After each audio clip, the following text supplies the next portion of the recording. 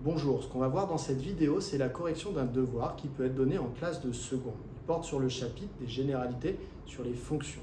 Ça traite d'ensemble de définitions, d'images, d'antécédents, de variations de fonctions. Ça traite de tout ça. On y va. Alors, dans l'exercice 1, on nous donne une courbe. On nous dit qu'elle correspond à la courbe représentative d'une fonction f. Et la première question, c'est de déterminer l'ensemble de définitions de la fonction f. Donc, question tout à fait classique. Donc, tout d'abord, un ensemble de définitions pour une fonction, c'est l'ensemble des x pour lesquels on peut calculer une image, f de x.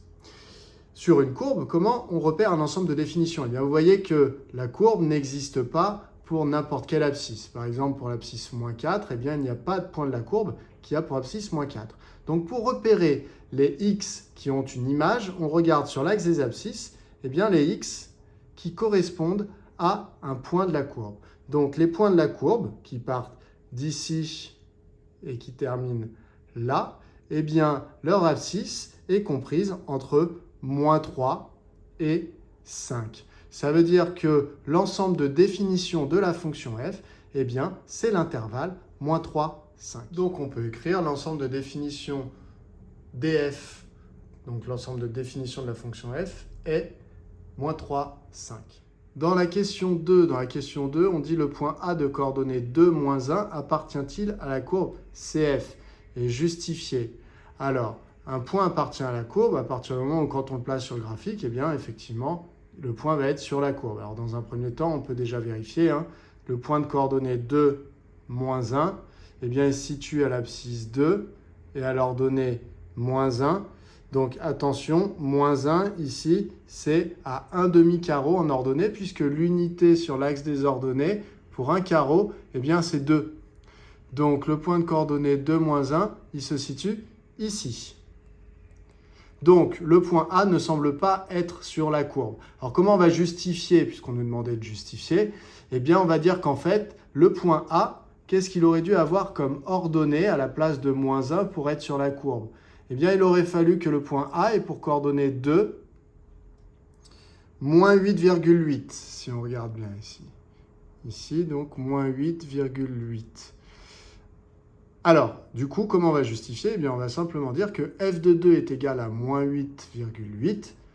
Donc, f de 2 n'est pas égal à moins 1. Et donc, le point A n'appartient pas à la courbe CF. Donc, on peut dire pour la question 2 que A n'appartient pas à la courbe CF, car f de 2 est égal à moins 8,8 et absolument pas moins 1.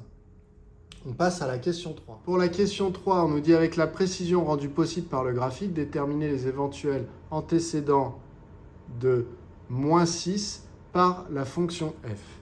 Donc pour trouver les antécédents de moins 6, donc il faut se placer en ordonnée à moins 6. Et il faut chercher les x qui avaient pour image moins 6. Alors ici, on s'aperçoit qu'il y a ici, on va avoir un antécédent par là, puisque par ici, il y a bien un x qui a pour image moins 6. Ensuite, moins 6 est aussi l'image d'un nombre qui est situé par là. Et moins 6 est aussi l'image d'un nombre qui est situé par là. Donc à moi ensuite de faire une lecture graphique correcte pour les antécédents de moins 6. Alors, de ce côté-là, le nombre qui a pour image moins 6, eh bien, vous voyez ici que je vois qu'il est entre moins 2 et moins 3. Et que, alors il y a combien de carreaux? Il y a 3 petits carreaux. 1, 2, 3. Alors comme dans un grand carreau, il y a 5 petits carreaux, c'est-à-dire que chaque petit carreau vaut 0,2. Donc en fait, on a moins 2,2, moins 2,4, moins 2,6. Donc on dirait bien ici que c'est moins 2,6 qui a pour image moins 6. Ensuite, pour le deuxième antécédent que l'on voit, qui a pour image moins 6, eh bien, il y a le nombre qui se situe par là.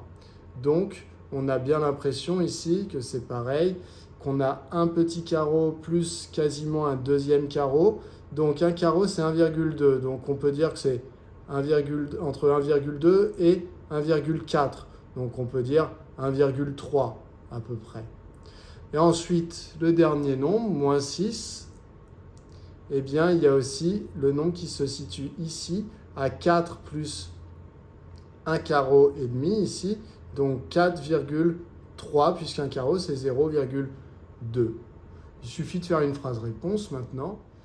Donc, les antécédents de moins 6 par la fonction f semblent être, puisque c'est de la lecture graphique, donc on n'est pas sûr et certain à 100% de ce qu'on a lu, moins 2,6, 1,3 et 4,3. Dans la question 4, on nous demande de décrire avec des phrases les variations de la fonction f. Donc, on s'aperçoit que la fonction f est strictement croissante sur l'intervalle moins 3, moins 1, puis la fonction f est strictement décroissante sur l'intervalle moins 1, 3, puis la fonction f est strictement croissante sur l'intervalle 3, 5. Voilà, il suffit de dire ça.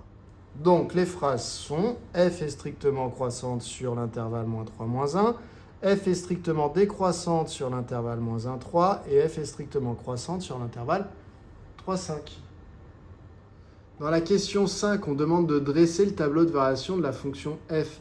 Donc, on va dresser le tableau de variation qui correspond à cette courbe et donc qui est en cohérence avec les trois phrases qu'on vient de marquer.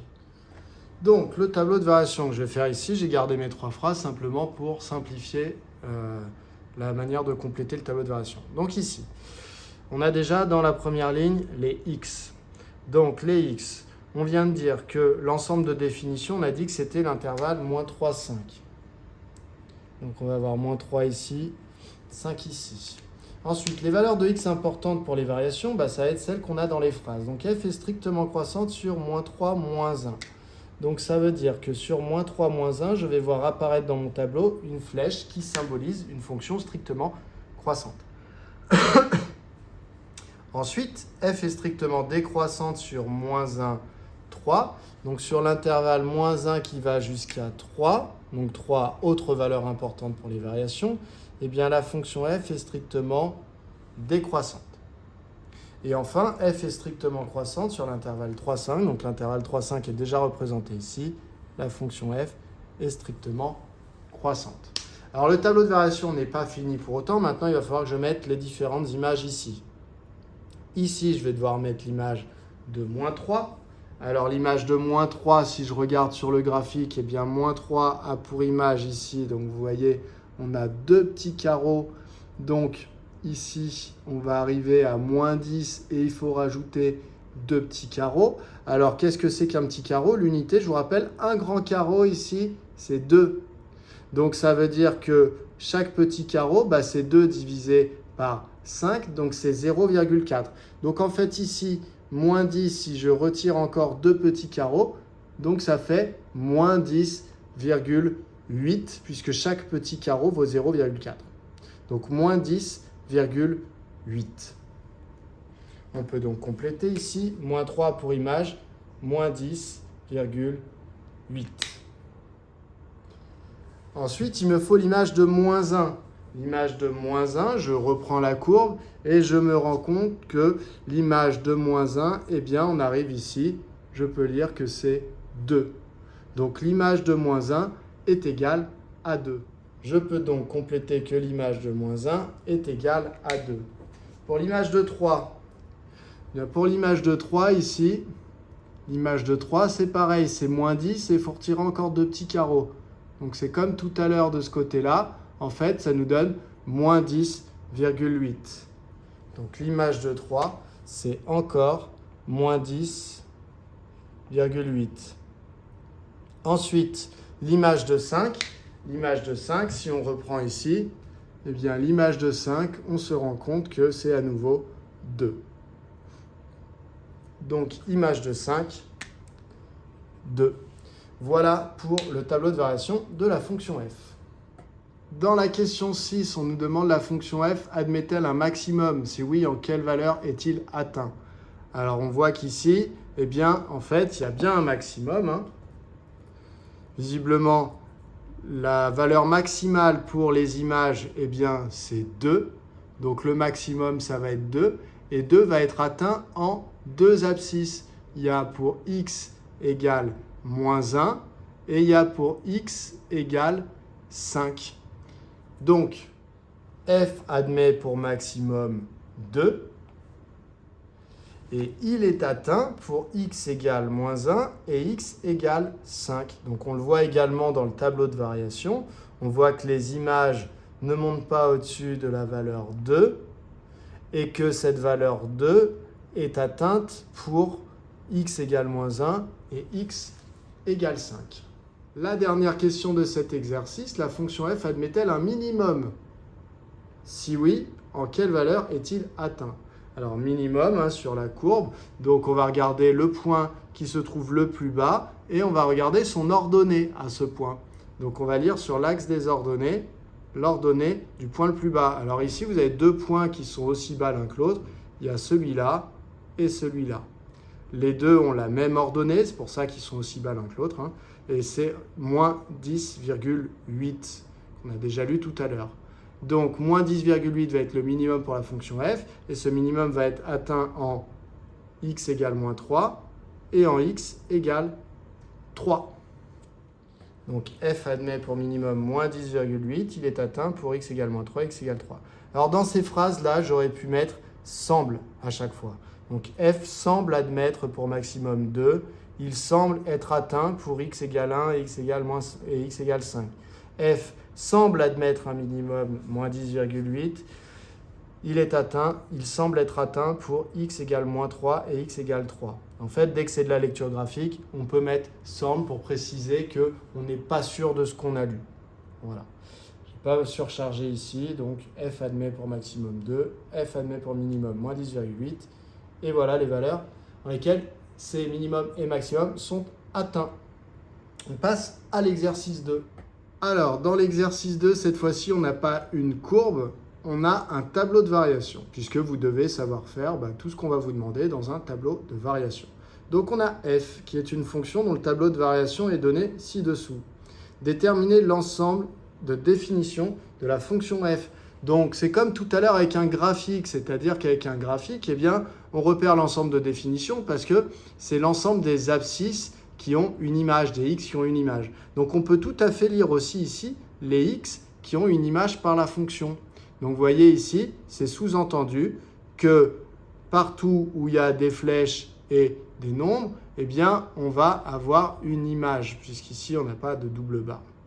Donc, eh bien, ici, c'est sous-entendu, du coup, que les nombres de moins 4 à 6 ont une image et qu'en dehors de cet intervalle moins 4, 6, eh bien, la fonction f n'existe pas. Donc, l'ensemble de définition de la fonction f, on le lit ici, c'est l'intervalle moins 4, 6.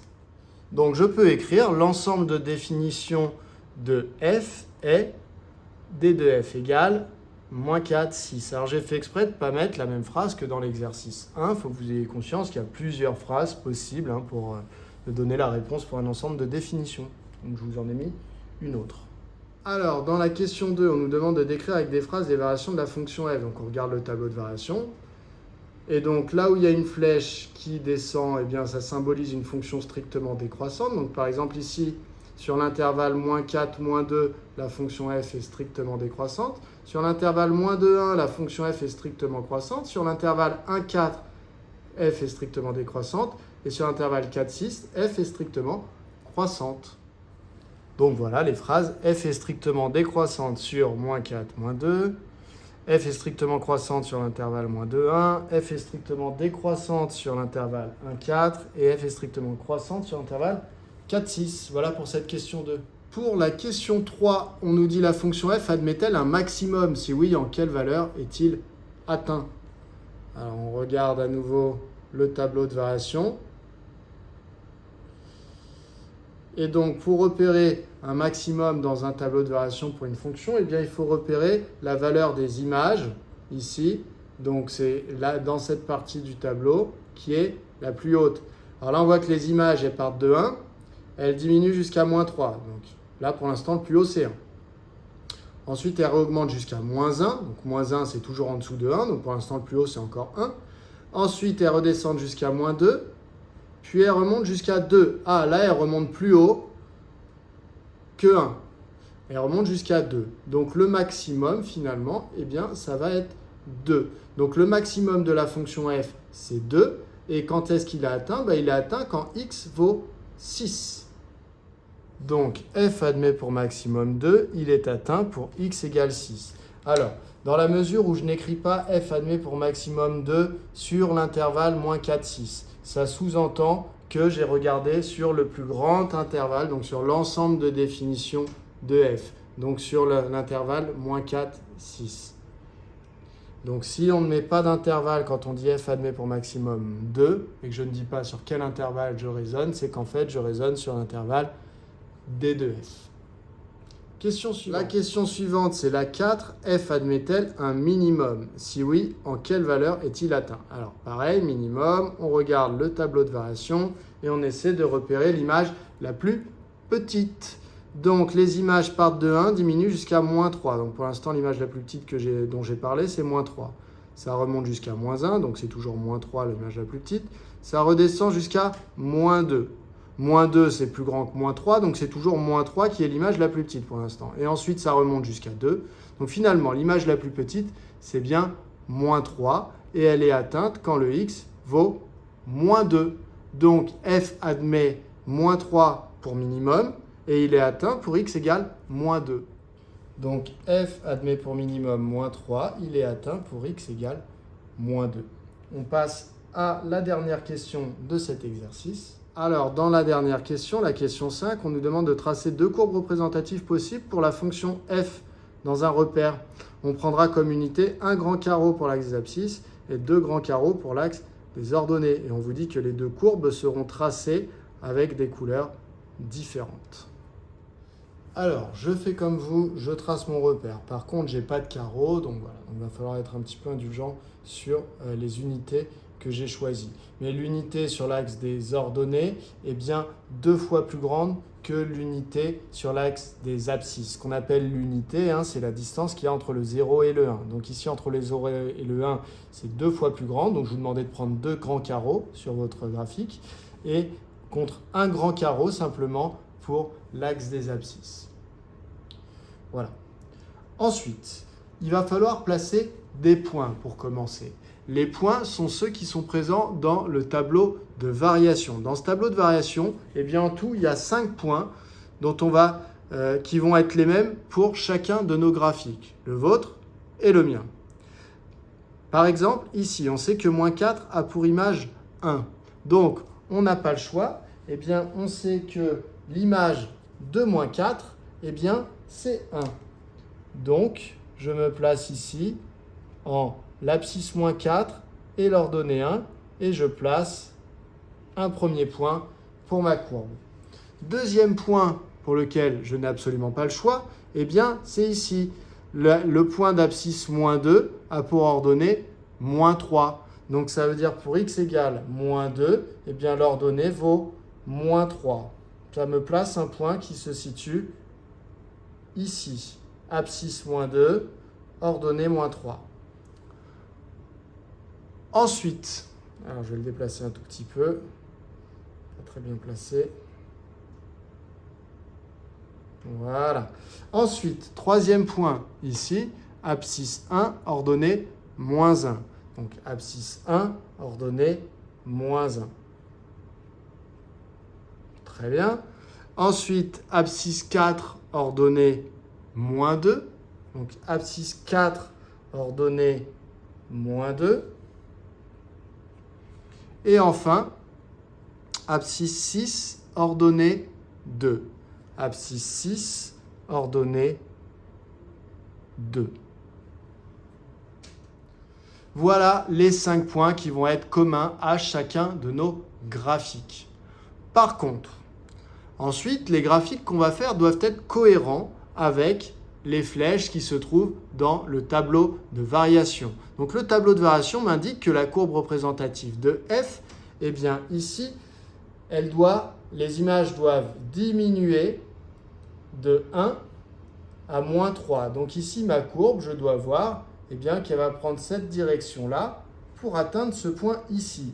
Elle n'a pas droit de partir vers le haut, d'augmenter, puisque là, ça voudrait dire qu'elle représenterait une fonction croissante. Or, nous, on sait qu'entre ces deux points, la fonction est strictement décroissante. Donc, pas droit de partir vers le haut, je dois partir vers le bas.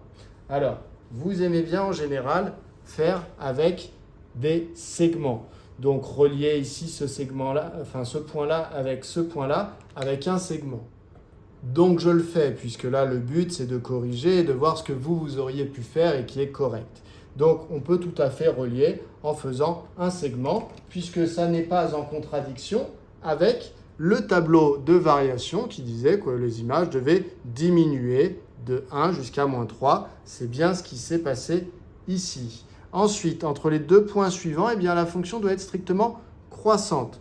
Donc je peux à nouveau simplement tracer un segment entre ces deux points pour représenter la courbe de la fonction. Ça nous donnerait donc quelque chose comme cela. Ensuite, on peut continuer entre ces deux points-là. Donc, eh bien, on sait que la fonction est strictement décroissante. Donc, la courbe doit descendre ici. Et donc, je peux utiliser à nouveau un segment si j'en ai envie.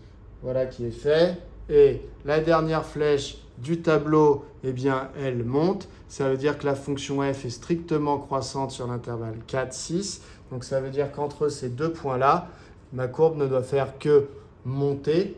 Et donc, ça me donne, eh bien, ça peut me donner ça. Donc, cette courbe-là est bien une courbe représentative d'une fonction f qui aurait ce tableau de variation ici.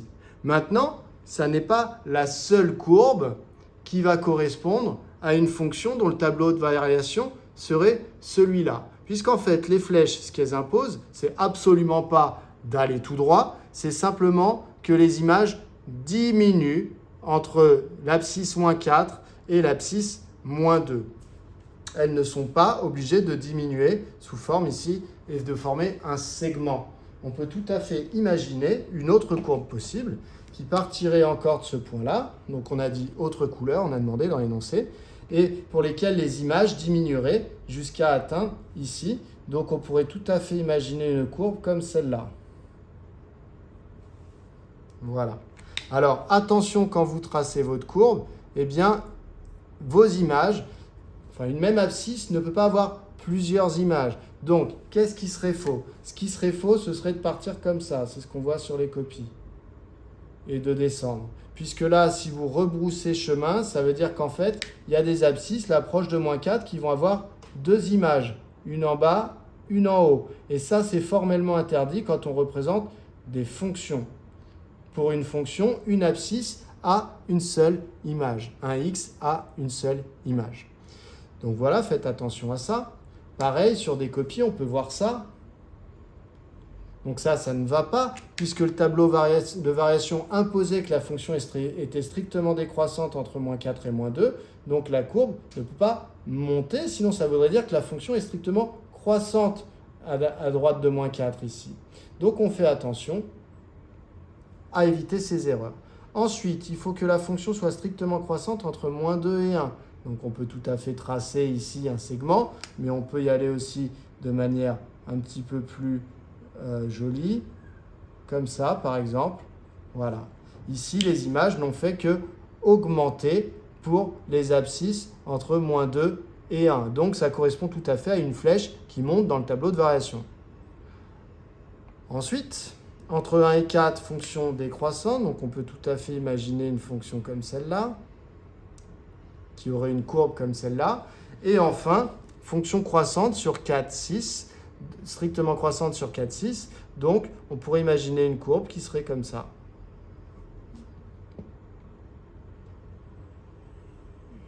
Hop, attention juste, toujours pareil, à avancer dans les abscisses pour pas qu'il y ait une abscisse qui ait plusieurs images. Donc interdiction d'être vraiment pile à la verticale, ce qui voudrait dire qu'il y a une abscisse qui a une infinité d'images. Et ça, il faut absolument éviter. Donc voilà, on a tracé deux courbes, une verte et une rouge, qui correspondent à ce tableau de variation. Alors des courbes qui correspondent à ce tableau de variation, il y en a une infinité, donc il n'y a pas de raison qu'on ait les mêmes. Alors, en général, on a tous la même, la rouge ici, parce que c'est la première à laquelle vous pensez. C'est pour ça que dans le contrôle, j'en demande 2. C'est justement pour vous obliger après à faire quelque chose qui ne soit pas fait avec des segments. On passe à l'exercice suivant. Alors dans l'exercice 3, on a à nouveau un tableau de variation. Alors le tableau de variation, eh bien, je vais le redessiner sur mon tableau. Ensuite, c'est un vrai-faux. Il y a 7 propositions ici, 7 affirmations. Et il faut dire si c'est vrai ou faux, et il faut justifier pour dire qu'est-ce qui s'est passé dans votre tête. Donc j'ai recopié le tableau de variation ici, j'ai écrit la première affirmation ici. Donc je vais écrire les affirmations une à une ici, et je dirai si c'est vrai ou si c'est faux, et on rectifiera pour justifier de notre réponse. Donc ici on nous dit le minimum de la fonction f est 23, il est atteint en moins 93. Donc ici ça joue sur une petite confusion qu'on peut faire entre antécédent et image. Alors ici, quand on parle du minimum de la fonction f, si on observe le tableau de variation, on voit que les images partent de 11, diminuent jusqu'à 7, donc pour l'instant le minimum c'est 7. Ça augmente jusqu'à 34, donc la plus petite valeur c'est toujours 7.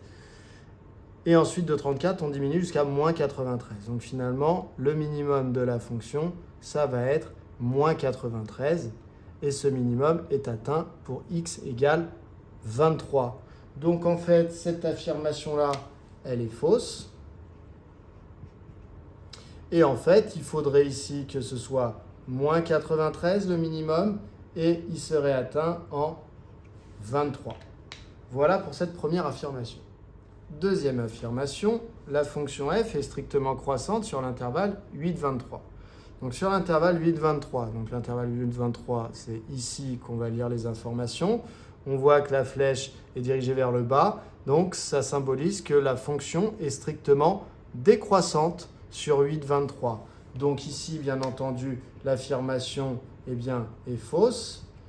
Il fallait ici qu'il n'y ait pas marqué croissante, mais décroissante sur 8-23. On passe à l'affirmation 3. Donc on a l'affirmation f est strictement décroissante sur moins 20, moins 4, union 8, 23. Donc moins 20, moins 4, effectivement la fonction est bien strictement décroissante. 8, 23, sur cet intervalle, la fonction est bien strictement décroissante. Mais là, ici, la phrase ne me dit pas que la fonction est strictement décroissante sur moins 20, moins 4 et sur 8, 23. Elle me dit que c'est décroissant sur l'ensemble, moins 20, moins 4 réuni avec 8, 23. Donc l'ensemble est à prendre dans sa globalité.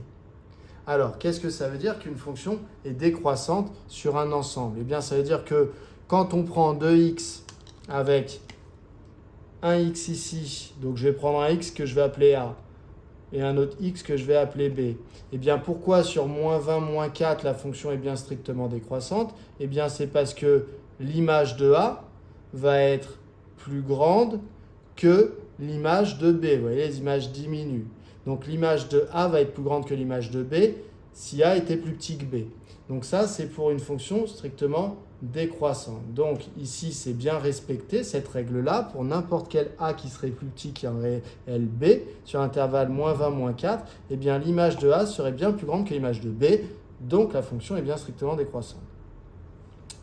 Ici, pareil, sur 8, 23, si je prends un réel A et un réel B, n'importe comment, mais avec le A plus petit que le B, eh bien, l'image du réel A sera plus grande que l'image du réel B. Ce qui veut bien dire que sur l'intervalle 8-23, la fonction est strictement décroissante. Mais quand je réunis les deux intervalles, eh bien, finalement, j'ai le droit de choisir le A dans l'intervalle moins 20, moins 4 et le B, si j'en ai envie, dans l'intervalle 8-23.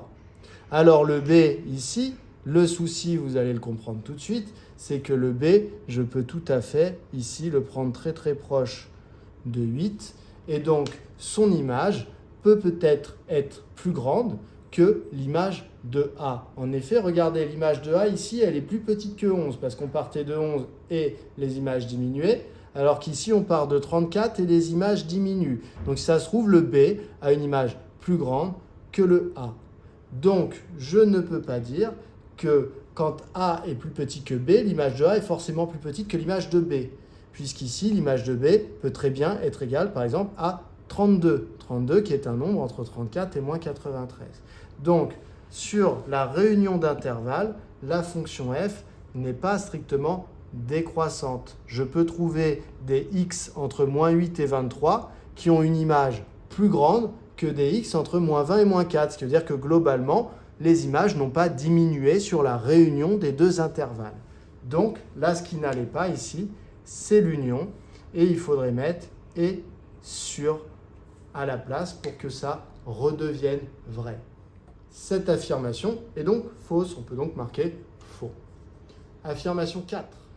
Alors, l'affirmation 4, c'est 23 a un seul antécédent par la fonction f. Donc, dans le tableau de variation, on peut lire cette information. Donc, 23 a un seul antécédent, donc on cherche les x, dont l'image est 23. On cherche les x tels que f de x est égal à 23. Alors, combien il y a de x qui ont pour image 23? Alors ici, entre moins 20 et moins 4, on s'aperçoit que les images, eh bien, la plus grande image, c'est 11.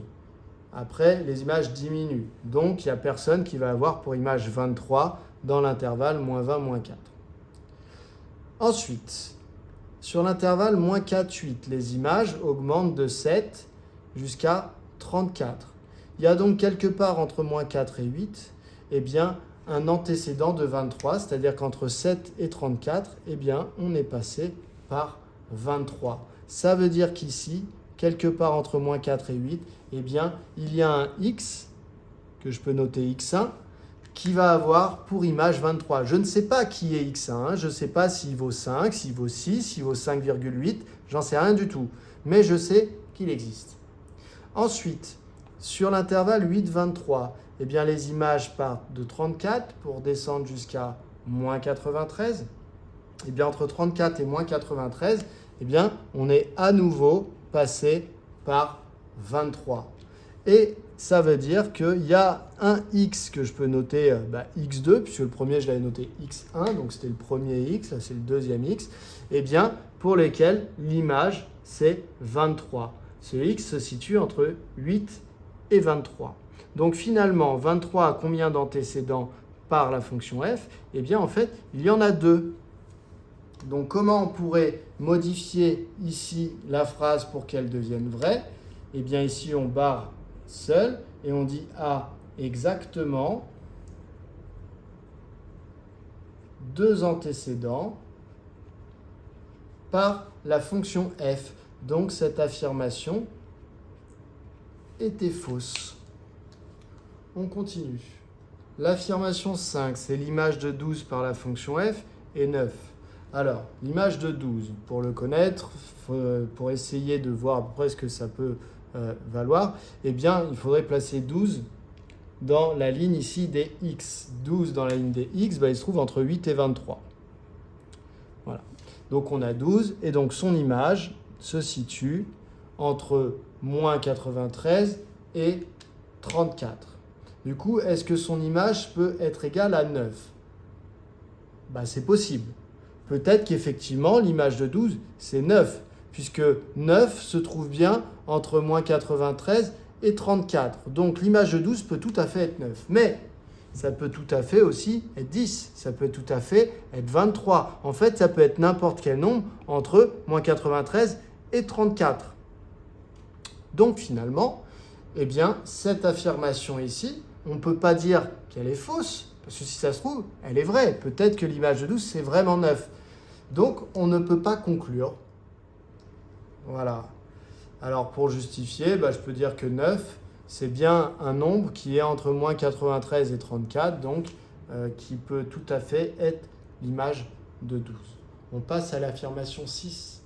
Pour l'affirmation 6, c'est que l'image de moins 11 appartient à l'intervalle 7-34.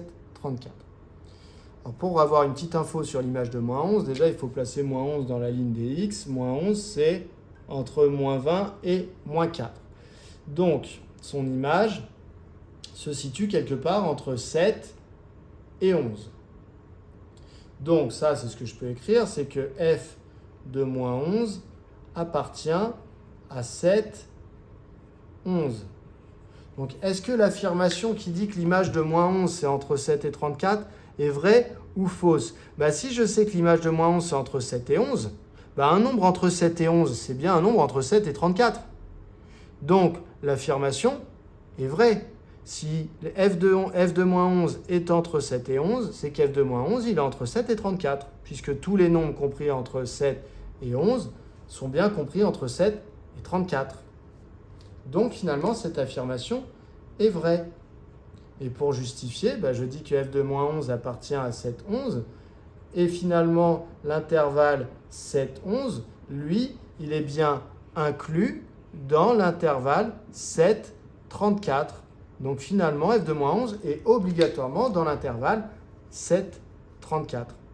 Ne vous laissez pas avoir par les flèches, hein, j'ai bien compris pourquoi il y en a qui s'étaient trompés.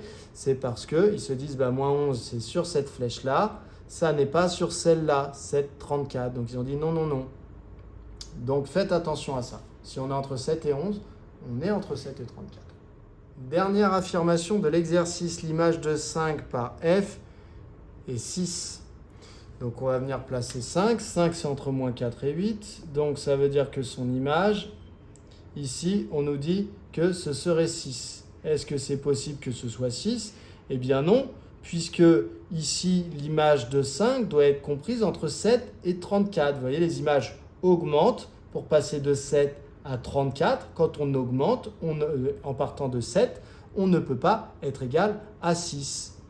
Donc l'image de 5 par f ne peut pas être 6. Donc cette affirmation, eh bien, je peux dire que c'est faux.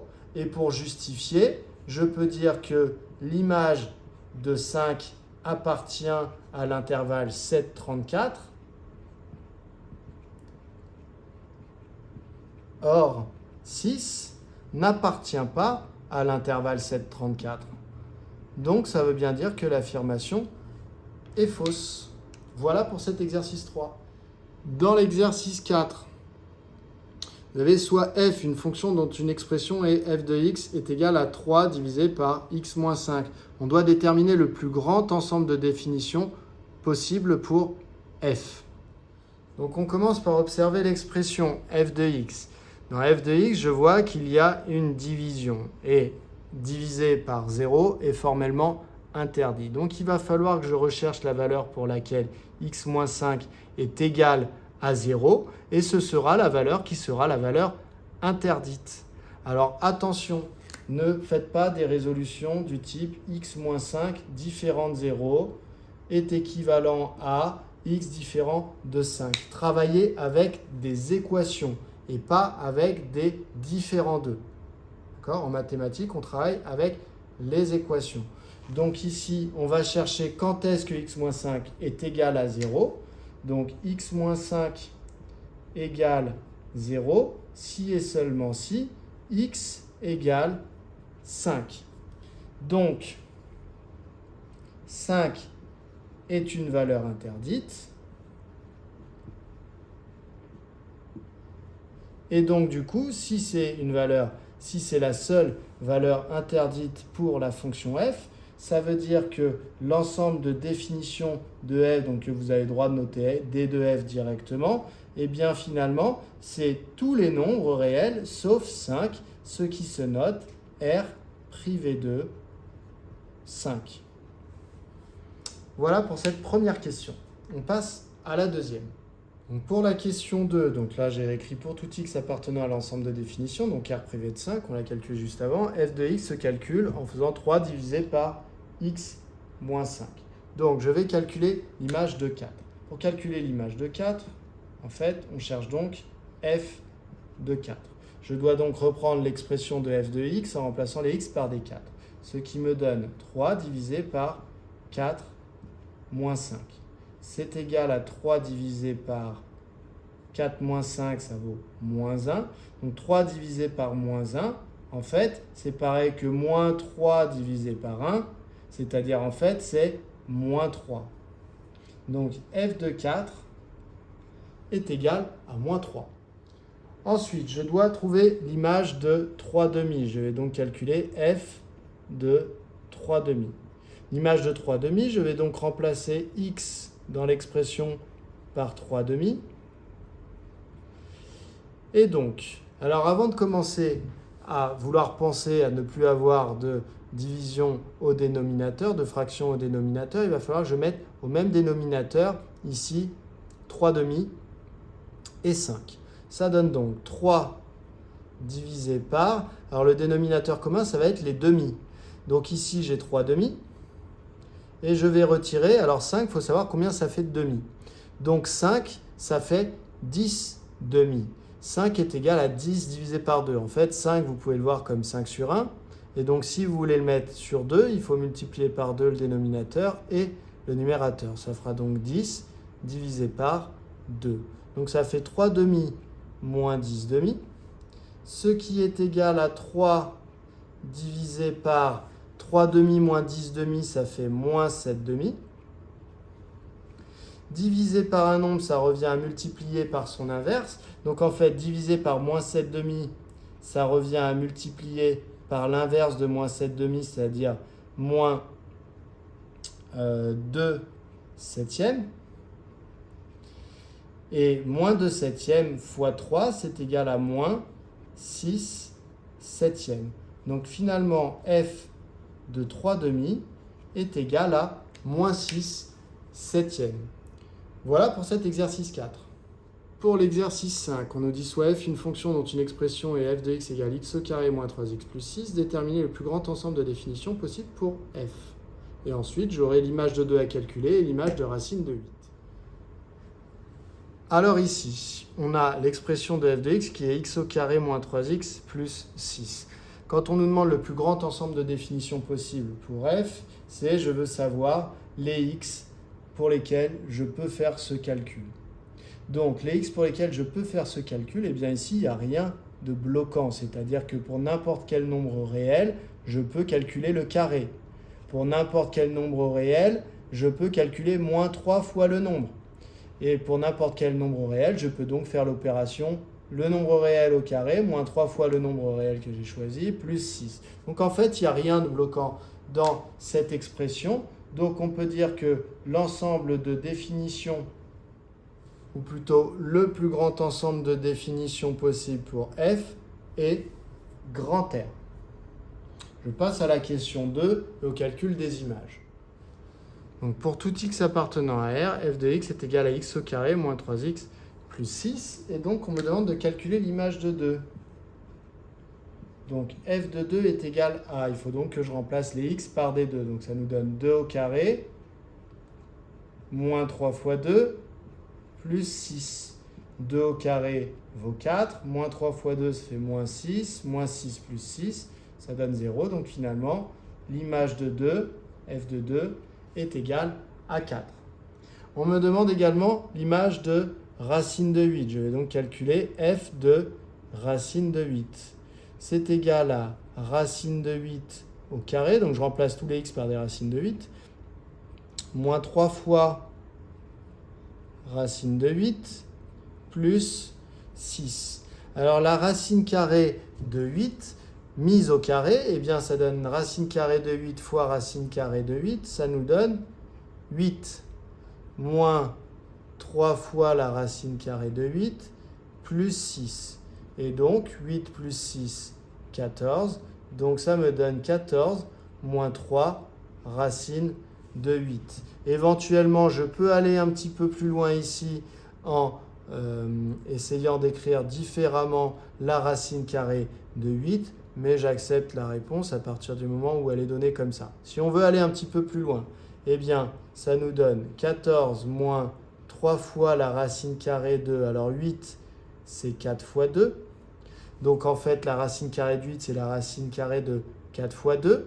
Et lorsque j'ai un produit dans une racine carrée, eh bien, ça me donne le produit des deux racines carrées. C'est-à-dire qu'en fait, ça me donne 14 moins 3 fois la racine carrée de 4 fois la racine carrée de 2. Et la racine carrée de 4, c'est 2, puisque 2 au carré donne 4. Donc finalement, ça donne 14 moins 3 fois 2, donc 6, racine carrée de 2. Voilà, donc l'objectif, c'est quand même que vous arriviez à cette écriture-là. Maintenant, je tolérerai que vous arrêtiez à celle-là. Voilà. Voilà, on a fini la correction de ce devoir. J'espère que vous avez tout bien compris. Ce sont des notions qui sont extrêmement importantes pour la suite en mathématiques, quel que soit ce que vous voulez faire de vos mathématiques. À bientôt.